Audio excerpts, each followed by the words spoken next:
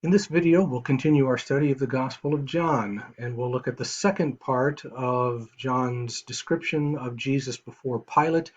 And our goal here is to cover John chapter 19, verses 1 through 15. Again, I hope everybody is doing well, and I hope that we'll be out of this thing very soon. If you remember the text I sent a couple days ago, that it looks like we might be refraining from our regular assemblies until the end of April.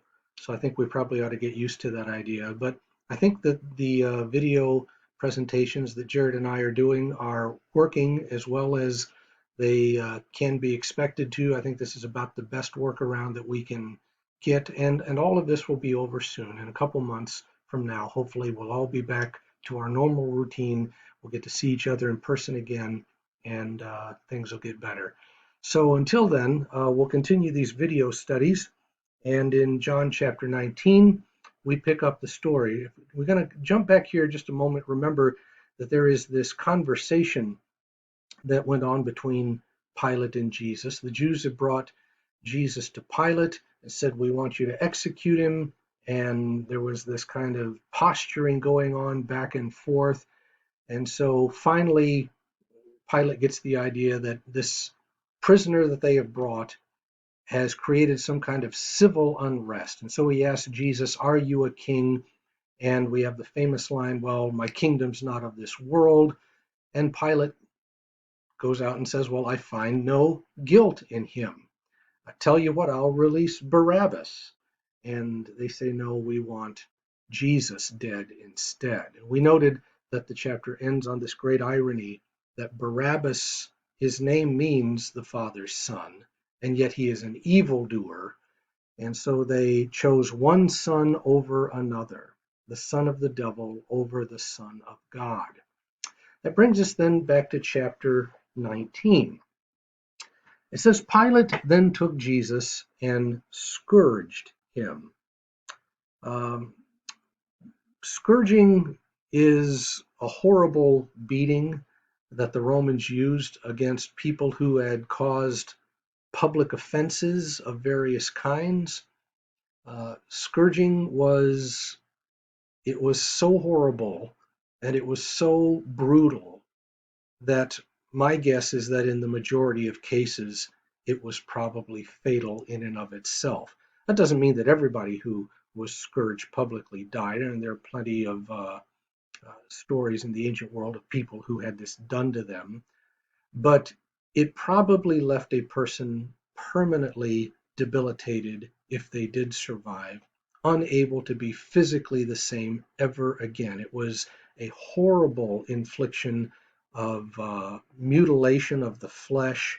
The whips that were used were the kind that were designed to cut the victim open, not just produce welts and bruises, but to cut and therefore to cause blood loss, scarring, tissue damage, all of these horrible things.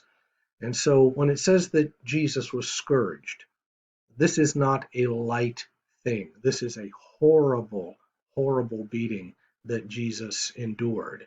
And we think about, of course, the words of Isaiah 53, that by his stripes, by the stripe wounds on him, that we are healed, that this is part of the prophecy. This is part of what Jesus had to go through in order to provide for the forgiveness of our sins. Already his blood is beginning to flow in this process. But as we think about the uh, the text here, Pilate took Jesus and scourged him. I think the big question that we might ask as kind of outsiders to this text is why? We've touched on this before, but I think it bears repeating that we're not told a whole lot about what's going on in Pilate's head in this event or in this narrative. What are Pilate's reasons for certain actions? What are his true intentions here? Is he toying with the Jews? Did he feel trapped by them? Why does he do what he does? John doesn't tell us. And I think that maybe John is telling us here that, well, maybe those things just aren't that important. Maybe that's not what's really significant here. Because regardless of what Pilate was thinking, whatever his reasons and motives, it's how it ends that is important. That at the end of the day, for whatever reason and for whatever thinking process Pilate was going through, the will of God is accomplished. Now, this does not exonerate Pilate. This does not mean to say that, well, he did the will of God and therefore, he is to be commended, that he became God's servant somehow, because there are plenty of stories in the Bible of God using wicked people to accomplish his will. It doesn't mean that their wickedness is just smoothed over. It's just that God knows what they're going to do, and he will use them and their actions to accomplish what he wants. John portrays Pilate as completely culpable in this situation. We just saw at the end of chapter 18 that Pilate said that Jesus is innocent. And then what does he do? The very next thing, he takes this innocent man and has him beaten horribly, and at the end of the story will hand him over for crucifixion. So no, Pilate is not innocent here. Actually, it's kind of interesting because Pilate's guilt winds up sort of paralleling the Jewish guilt in the narrative. We saw earlier in the story that the Jews came to Pilate and said, well, we have a law that says we can't kill anybody, but this man ought to die. And yet they are doing the very thing to accomplish the death of Jesus. And they know that. They are going to kill Jesus. They're just going to use the Romans to do it. And so just as they have this kind of weird way of thinking that we don't want to kill somebody, but we want somebody dead, we have the same kind of thing going on here, that Pilate has pronounced Jesus innocent, but he's going to kill him anyway. And so neither the Jews nor the Romans can claim any kind of innocence here. But getting back to our question, why does Pilate have Jesus scourged? And again, we're not told the reasons. Is it because somehow what Jesus said to him there at the end of chapter 18 made him angry? This talk about I've come as a king and I'm testifying. Did that provoke some kind of bitterness in Pilate? Is it because he simply believes Jesus is guilty of something? Remember, Pilate said, what is truth? And we suggested that what Pilate means by that is nobody's telling me the truth. Everybody's got an angle on something. Everybody's trying to use me in this situation. Nobody's telling me what's what. Is Pilate simply frustrated that Jesus must have done something and that Jesus won't tell him the truth? Jesus won't admit to what he's done. And so maybe Pilate is thinking, well, he deserves at least to be beaten.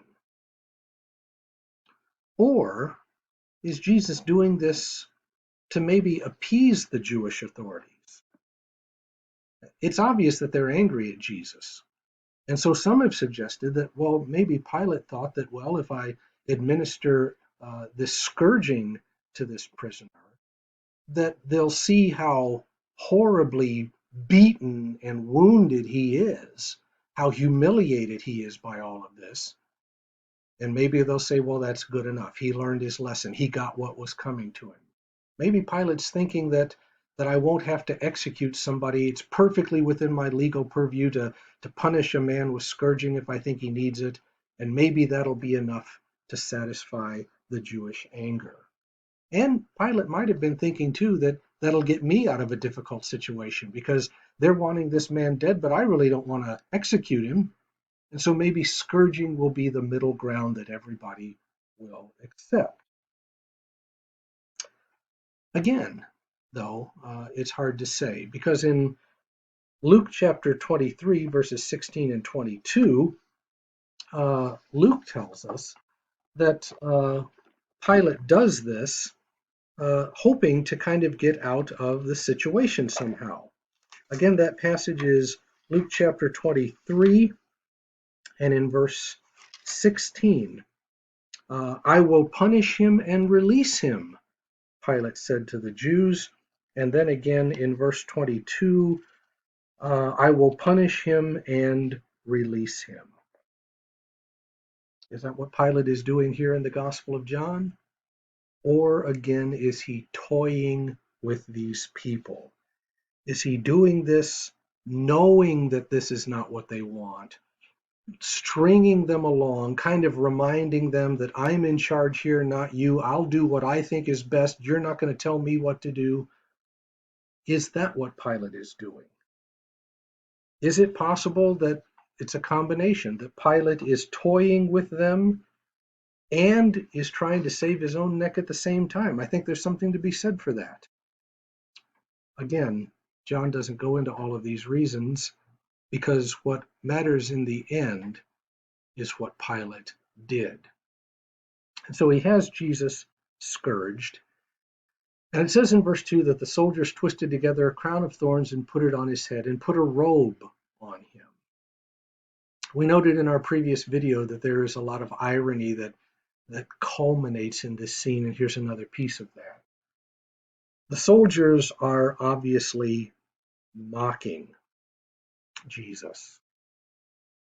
That Jesus has been beaten, scourged, he's bleeding, he's been treated like an animal. And here he is being roughed up by them and mocked. Oh, you really look like a king now. Oh, you're such a great king. Look at how we've beaten the daylights out of you. You know, that kind of thing is what's going on here. And they give him a crown of thorns, and they put a purple robe on him.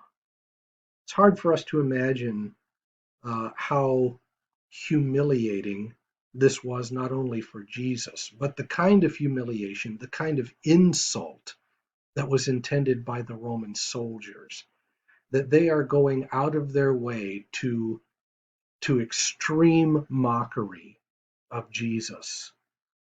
We'll come back to that in a moment. But the irony is that even though that they are mocking Jesus to the best of their ability, what they have done here turns out to be a perfectly correct depiction of Jesus. You remember passages like Philippians chapter 2, starting in around verse 3, that the thing that we are supposed to see most about Jesus and about God himself is the great loving humility of Jesus. That he loves us so, that he is willing to humble himself. He is willing to be humiliated. He is willing to endure the lowliest of all treatments, including death on a cross. Here we see the essence of deity, in a sense, in the New Testament. That this is the most glorious thing about the God and the King that we worship, that he loves us so much that he is willing to do this for us. This is a perfect depiction of the love of Jesus in action. The Roman soldiers, of course, have no idea that they are displaying this for the world to look at and admire. They're trying to do just the opposite. They are intending this as mockery. But I suggest to you that in its own ironic way, that this picture of a crowned Jesus, crowned with thorns, crowned with suffering, beaten, bleeding, that it is in this pose that we see the great power of Jesus, the power of his love, this great power that drove him to the earth, that led him to accomplish God's will, and that resulted in his exaltation and glory. That here we have the essence of Jesus' kingship and rule. It is through his suffering. It is a reign based on love, even a love for his enemies. So Jesus has the crown, a crown of suffering, and the purple robe indicating his kingly status. And they began in verse 3 to come up to him and verbally abuse him. They said, "Hail, King of the Jews," and gave him slaps in the face. Of course, we have to realize that this hatred and mockery that is being directed against Jesus is not just against Jesus. That this is meant as a mockery of the Jewish people as a whole. That these soldiers now have an opportunity to vent their hatred of Jews in such a way that it not only lands on Jesus, but they display it as a great insult to all the Jewish people here in this place. It is meant, therefore, to be an insult to the people who brought Jesus to them, and they are presenting this Jesus, here's your king. Look at what he looks like, as it were. So then Pilate comes out again. Remember this back and forth in the narrative. Pilate is in the praetorium, then he is out. He talks to the Jews, he talks to Jesus, back and forth in the narrative, representing a kind of back and forth, maybe perhaps in Pilate's own mind. But now Pilate is going to capitalize on this moment. And so Pilate came out again and said, I'm bringing him out to you so that you may know I find no guilt in him. So Pilate's going to make kind of a production out of this mockery. And I think what Pilate wants here is to create some kind of shock effect on the crowd, and especially the Jewish leaders who are demanding his death. The last time they saw Jesus, Jesus was in Roman custody and basically unharmed. Pilate takes him inside, has this conversation with him, and now Pilate says, I'm bringing him out. Everybody look, here he comes. And he comes out with a crown of thorns, beaten, bleeding, weak, and probably stumbling from his pain and from his blood loss, and with a purple robe on him. And notice what Pilate says. I'm bringing him out so that you find, or know that I find no guilt in him. It seems to me that Pilate, as a shrewd politician, has calculated the best move for himself. So he has done something, first of all, that is insulting to the Jews and powerfully insulting, to kind of again put them in their place. It also, secondly, displays Roman power very clearly here, making it clear that we're the ones who call the shots around here. Thirdly, it's probably meant, I think, by Pilate to bring an end to the situation. Like I mentioned a moment ago, that Pilate may be thinking that, well, when they see Jesus, they'll be satisfied. They'll think, well, that's enough. Don't do anything more to him. And we'll call the whole thing off. And then fourthly, it would exonerate Pilate of having to kill an innocent man and being pushed around by the locals into doing something he didn't want to do. So it is on this famous occasion in verse 5, Jesus came out then, wearing the crown of thorns and the purple robe. And Pilate says, behold the man. These are some very famous words. There have been some famous works of art depicting this scene where Jesus is brought out to the multitude and Pilate says, behold the man. But in typical irony, again, something true has been stated here. Over and over again in the narrative, Jesus has been referred to as this man. John chapter 5 and verse 12, Jesus is called the man. Chapter 9, verse 16, and again in verse 24, 11, verse 47, twice in chapter 18, Jesus is called this man. And Jesus has repeatedly in this narrative referred to himself as the Son of Man. Now, of course, Pilate would not have understood what the phrase Son of Man means, but one of the meanings of the phrase Son of Man is something like human or a man. A man is a person who is a son of a man. He is a man himself. And so, in his own kind of uninformed and yet ironic way, Pilate has correctly identified Jesus as the man. The man that the Jews would not identify correctly. The identification that the Jews could not make because of the hardness of their hearts and the blindness of their eyes. Pilate makes for them. Here is your man. Here is the man. The one who repeatedly throughout the narrative has been called this man or the Son of Man. Pilate has now identified him exactly. Well, obviously, Pilate, I'm thinking, well, maybe not so obvious, but it seems that Pilate is hoping that maybe this will be enough. Look at the man. Look what I've done to him. Maybe thinking that, well, they'll have pity on him and let him go. But in verse 6, when the chief priests and the officers saw him, they said, no, this is not good enough. It is not enough to have him beat horribly within an inch of his life and mocked and ridiculed like this. We want him crucified. They want him dead, and nothing less than having Jesus dead will satisfy him, or satisfy them, excuse me.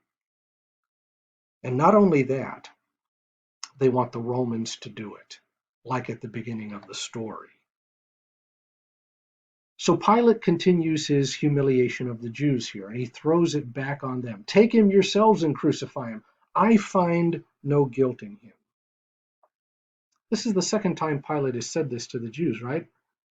Well, you do it then. You kill him, knowing full well that they can't legally do this, knowing that if they do it, that they will get themselves in trouble.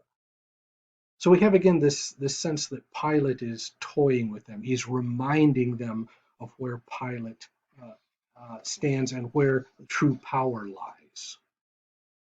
But if you've noticed also, this is the third time in the narrative that Pilate has pronounced Jesus not guilty. Chapter 18, verse 38, chapter 18 and verse 4, and now again here in verse 6. I find no guilt in him. And so once again, we see the irony. If I am correct, and maybe that's a big if, but if we are correct in suggesting that Pilate is toying with the crowds here, then his claim that I find Jesus to be innocent really doesn't mean anything. If Pilate is toying with the crowds here, trying to use the moment to remind the Jews that he's in control and not them, then when Pilate says, I find no guilt in him, he's just simply playing the game. He's saying that as kind of a threat to the Jews to say, I'm not going to do what you tell me to do. I'm going to do what I want to do with him. Suppose I let him go. Suppose I find him not guilty. That kind of thing. Ironically, though, Pilate has spoken the truth because Jesus is indeed innocent. And those who have read this narrative certainly know that. The Jewish response is interesting, if not surprising. In verse 7, the Jews respond to Pilate, we have a law, and by that law he ought to die because he made himself out to be the Son of God. I kind of wonder, is Pilate's little toying with them, is his playing with them working? Are they starting to get the sense that, hey, Pilate may just throw this thing out of court? Now that he's punished Jesus, Pilate might just let him go, and then we cannot execute Jesus. We will not have accomplished our purpose. Maybe they're starting to get the picture here that, Pilate is not being so cooperative here. And it seems also that if that is correct, that in their kind of desperation here, they have what we might call an unguarded moment, that they let out their frustration and speak the truth. Because they tell Pilate here, listen, the real problem here is what he has done for our law. That even if your law doesn't condemn him, our law does. And you need to do something about it. Because in our law, Jesus claimed to be the Son of God. And of course, this again is part of that irony. Jesus really is the Son of God. But what the Jews have done here is that they have confessed their own refusal to accept what Jesus has been trying to show them all throughout the narrative, with the signs and with the teachings and the claims that Jesus has made, but especially with the signs and the prophecies that are fulfilled in his work. These are all things that were meant to point the Jews to identify him as the Son of Man of Daniel 7, as the Son of God, as the man that he says he is. And the Jews have consistently refused to believe what Jesus says. Now, of course, not all of them. There has been a groundswell of following in the narrative, and we saw that the Jewish leaders have become afraid that this groundswell will get even bigger. But among those whom John calls the Jews, the Jewish leaders, they have consistently refused to believe what Jesus said, and that's what they tell Pilate here, that he made himself out to be the Son of God, and we will not accept that. And in this unguarded moment, they have told Pilate something that maybe is the riskiest of all. The theory that I've been suggesting to you is that Pilate might have been toying with them here and saying that I'm going to let him go. He hasn't broken any Roman law here. I'm just going to let him go, and you're not going to come into my house and tell me what to do and all of that stuff. And then the Jews say, well, he's guilty of breaking a capital law in Judaism. If you remember our study of the book of Acts, very often when Roman officials hear that, they say, well, then get this case out of my court. If he hasn't broken Roman law, then I'm not going to deal with it. So here in this unguarded moment, it seems to me that the Jews have maybe unintentionally risked having the case thrown out. And if you've never heard this story before, never read this story before, imagine you might be thinking, oh wow, they've just shot themselves in the foot here. This is going to derail the whole case. But no, God's will is going to be accomplished. Ironically, they're going to get their way, but not for the reason that they think. Pilate has a reaction, and there's a strange turn in the narrative in verses 8 through 11 here.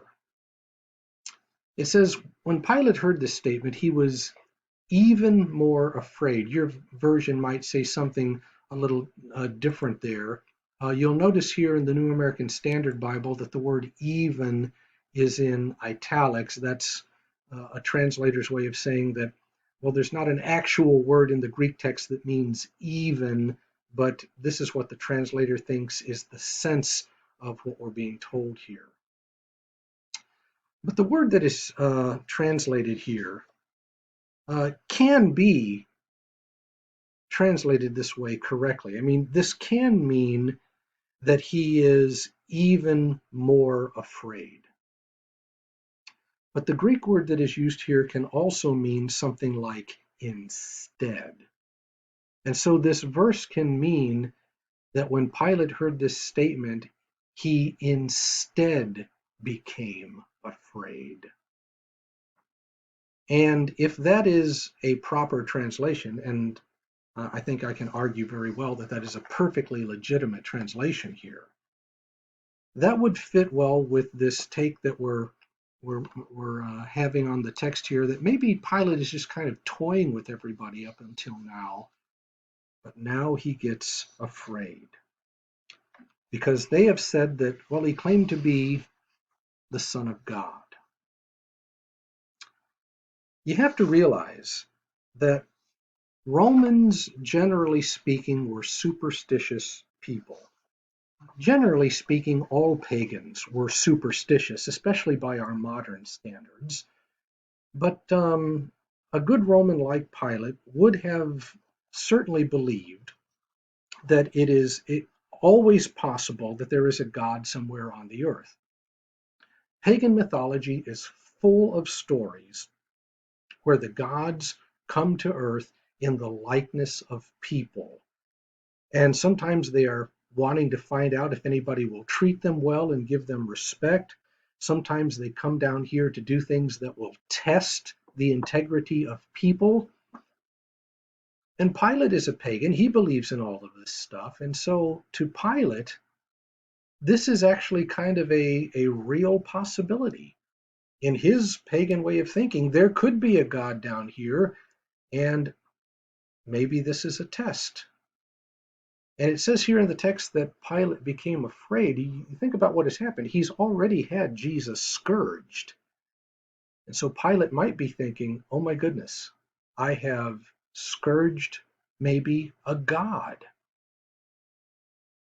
And so he takes Jesus back inside in verse 9, enters into the praetorium, has Jesus with him, and says, why won't you talk to me? Do you not speak to me? Do you not know that I have authority to release you and I have authority to crucify you? So the game that Pilate has been playing with the Jews has suddenly taken a completely different direction. And Pilate says, why don't you talk to me? And of course, we've seen this before up in the narrative. In chapter 18, where Jesus was before Caiaphas and would not answer him. And we get the impression here in this story that even though Jesus does speak some things, that Pilate had asked him many questions that Jesus did not answer. And that is reflected in Pilate's statement. Why won't you talk to me? Jesus has done more silence than talking, in other words, throughout this whole ordeal. Why doesn't Jesus talk to Pilate? Well, partly because Jesus is not going to do anything to prevent his own death. The Father sent him to do this, and he's going to have it done.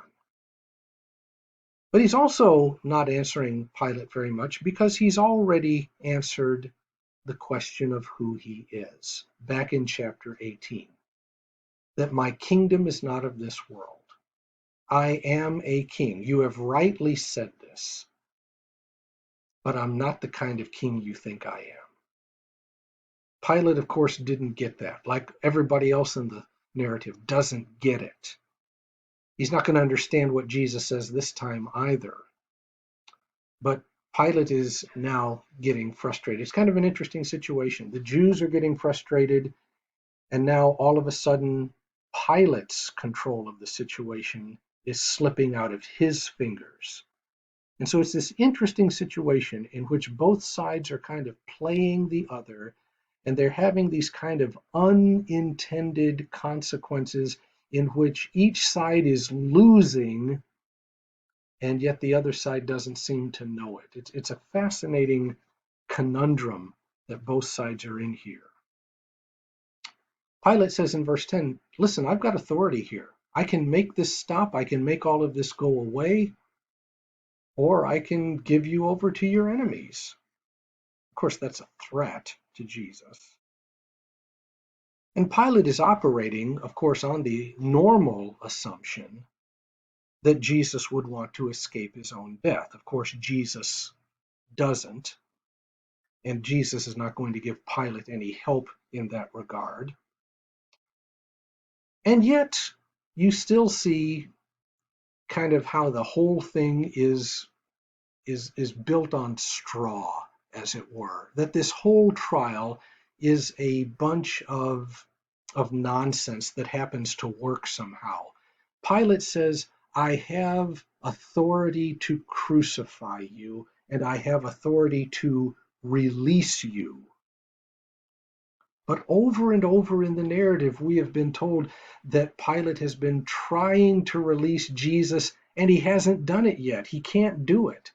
So what does Pilate mean? I have authority to release you. Is he again toying with everybody? Does he really mean it? Can he not do it? None of that is spelled out. But it all kind of adds to a bit of the comedy. Not, funny comedy, but the comedy in the sense that nothing seems to go right here. Nothing can be understood at face value. Well, Jesus responds in verse 11. You would have no authority over me unless it had been given to you from above. For this reason, he who delivered me to you has the greater sin. So Jesus basically says, listen, Pilate, you're not in control here. God is. You are an instrument in the hand of God here, that you are doing something that is much larger than you know. Your authority to act in this situation has been given to you from above. We'll come back to that. There's another way to think about that statement here in a moment. But Jesus says, he who delivered me over to you has the greater sin. Who is that? Some have suggested it could be Satan. Some have suggested it could be Judas, because this phrase or term handed over is repeatedly used of Judas in the Gospel of John. I think the most logical or the closest referent here is Caiaphas. He's the one who has brought Jesus to Pilate most recently. And so Jesus says, yeah, they're wanting me dead. They're the sinners here. And don't act like you have control over this situation, because they have a greater sin. But the implication is clearly that Pilate is sinning too. Jesus is not exonerating Pilate here. He's not saying, oh, don't worry, Pilate. They're the ones that are the sinners, not you. What he's doing is saying, Pilate, what you're doing is wrong here. But in the bigger context, there are other people doing even more wrong things. Now, Pilate is still responsible for how he uses his God-given authority and how he is acting in this situation that God has put in front of him. And this phrase, it had been given you, some scholars think that that refers to the situation in general here. That you would have no authority unless this situation had been given to you. In other words, you have a say in this matter only because God has put it in your lap. But Pilate is, of course, still responsible for how he acts with what God has given him. And so Jesus is kind of setting the record straight here that, Pilate, you really shouldn't be talking as if you're in control here.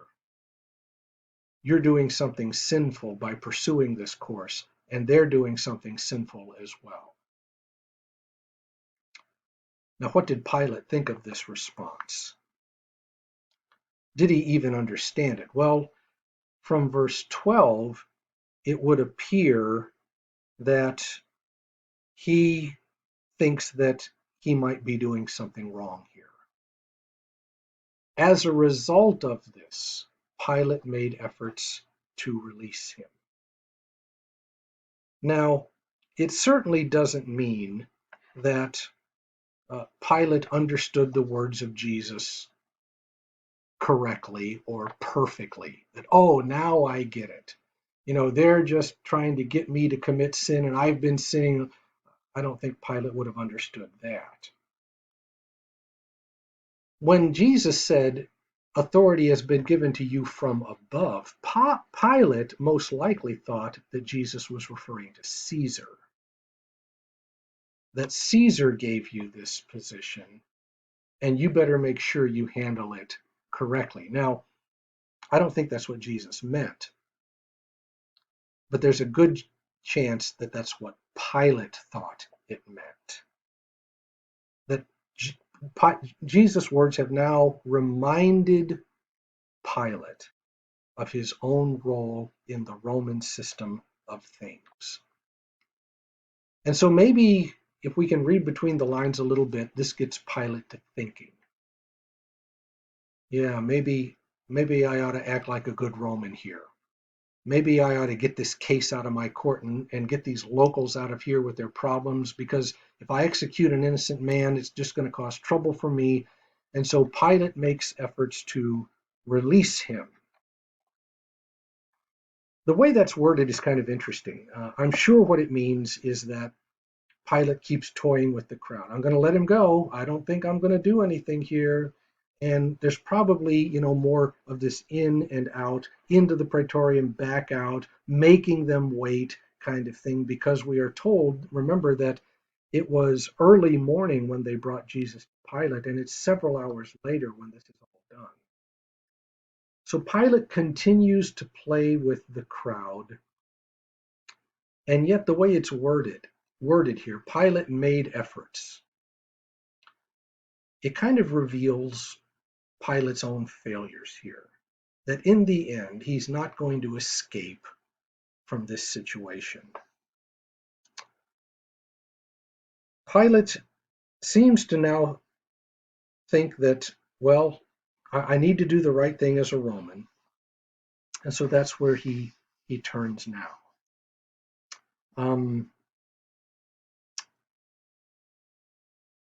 Pilate says this to the Jews, and the Jews cried out, saying, "If you release this man, you are no friend of Caesar. Everyone who makes himself out to be a king opposes Caesar." So now, suddenly, the Jews appear to be in control of this situation. This is an interesting and fascinating series of events, that Pilate has been acting like he's in control. Then the Jews say something that kind of blurts out of their mouth that, well, we need to kill him because he says he's the Son of God. And this gets Pilate afraid. And now he wants to get rid of Jesus, perhaps now, not just toying with them, but maybe for real. And now the Jews have kind of figured out that, Pilate has to do the Roman thing here. He has to kill Jesus if Jesus claims to be a king. And if you release this man, you're no friend of Caesar. That's a veiled threat, that we're going to tell Caesar that you've allowed another man who claims to be king to be part of your little corner of the Roman Empire down here. So, paralleled by Pilate's movement in the narrative, back and forth, inside and out, he's come across as kind of vacillating and weak, or toying with the Jews, either one. But now the Jews have played the political card, and Pilate is bound to act in Roman interests. And so Jesus has made himself out to be a king, the charge has read. And we combine that, of course, with the Jewish charge that he made himself out to be Son of God. And of course, again, Jesus is both. And again, there's the underlying element of truth here. So when Pilate heard these words in verse 13, he brought Jesus out for the final time. And now Pilate sat down on the judgment seat. That probably doesn't mean a whole lot to us.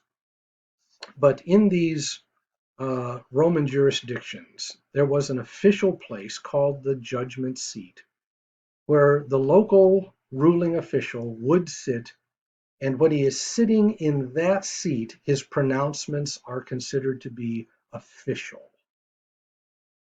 And so Pilate takes his place on the judgment seat. And in another display of irony, it is Pilate who judges Jesus. Pilate, of course, is now acting in his own best interest, in his own political interest. He's decided he's going to crucify Jesus, using the situation as a display of his own power. And so he brings Jesus out to this place that we've noted before, the pavement, the Gabbatha place, the elevated place where he stood Jesus and he sat on the judgment seat. And he renders this official verdict in verse 14. But notice how John builds us up to that. The suspense kind of builds in the narrative here. Now it was the day of preparation for the Passover. John says, now before I tell you what happened here, you have to know what day it was. We've seen this before in the gospel, that the day or the time that it was is symbolically significant. If something happened on the Sabbath day, if it was near the Passover, or if it was at the Feast of Dedication, John has pointed these things out to us to say, look at how symbolically significant this is. And so here we have the same thing. John says, do you realize, you have to know here, that it is the day of preparation for the Passover. There's been a lot of ink spilled about how John is counting the days and the hours here, because it, at first glance, doesn't seem to line up very well with the other Gospels. And we're not going to go into that in this study about all of the possible solutions to all of that.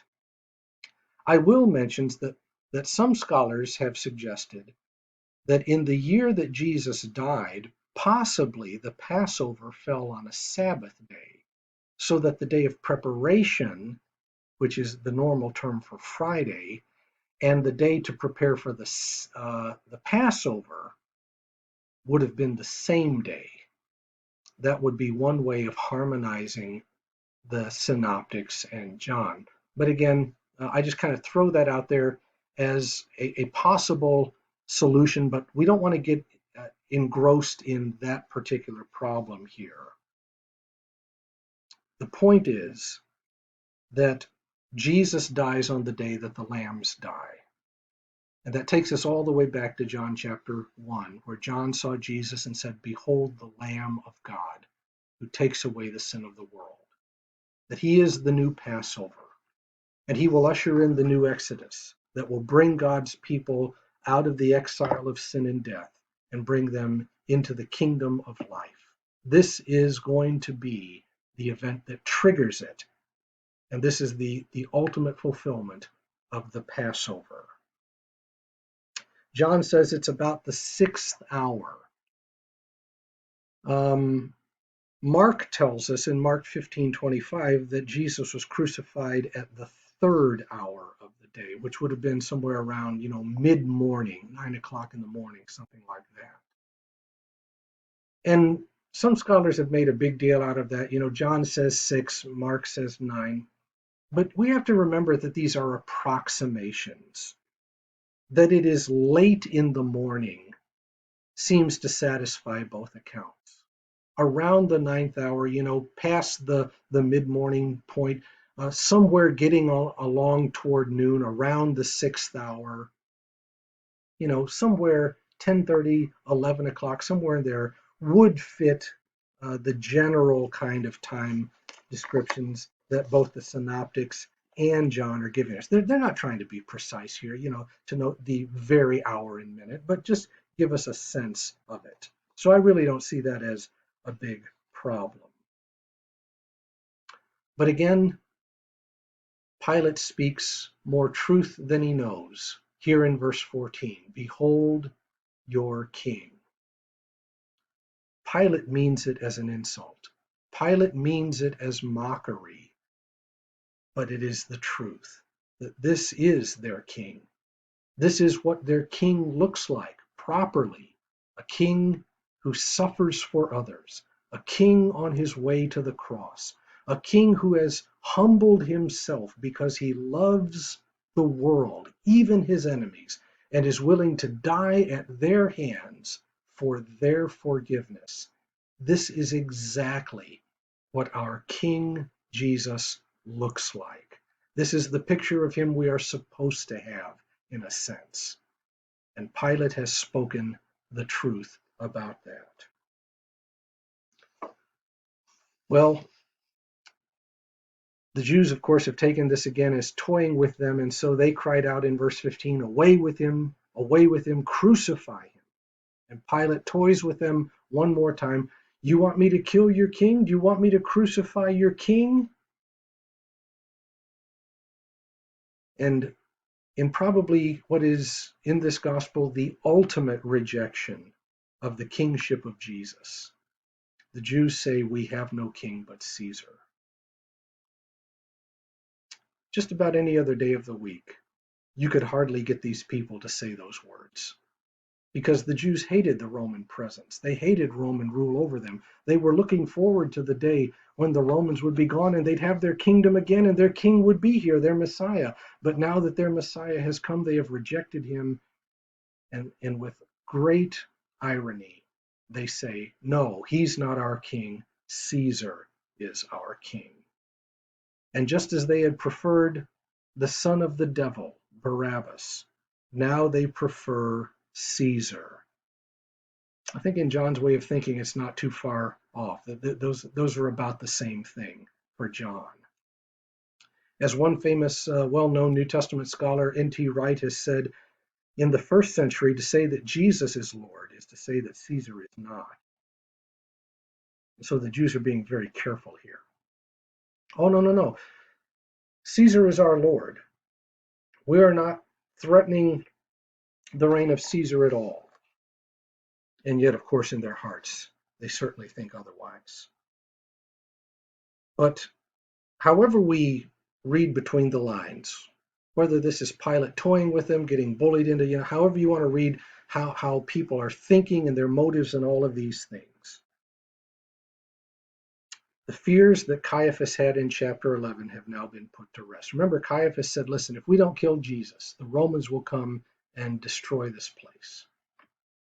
Jesus had to die, in Caiaphas' mind, for the well-being of the nation. So with these words, we have no king but Caesar. The Jews have made it clear that we don't want any political trouble with Rome.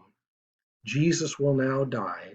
The Romans will not come as a reprisal against some kind of uprising against Roman authority. Jesus will not bring Roman violence against them in the way, at least, that they have thought. And of course, we know that this ultimately leads to that great event later on in the first century, the destruction of Jerusalem, as punishment for the rejection of its king. But that is perhaps irony on top of irony. Well, we'll pick up in our next video in John chapter 15 and chapter 19 and verse 16.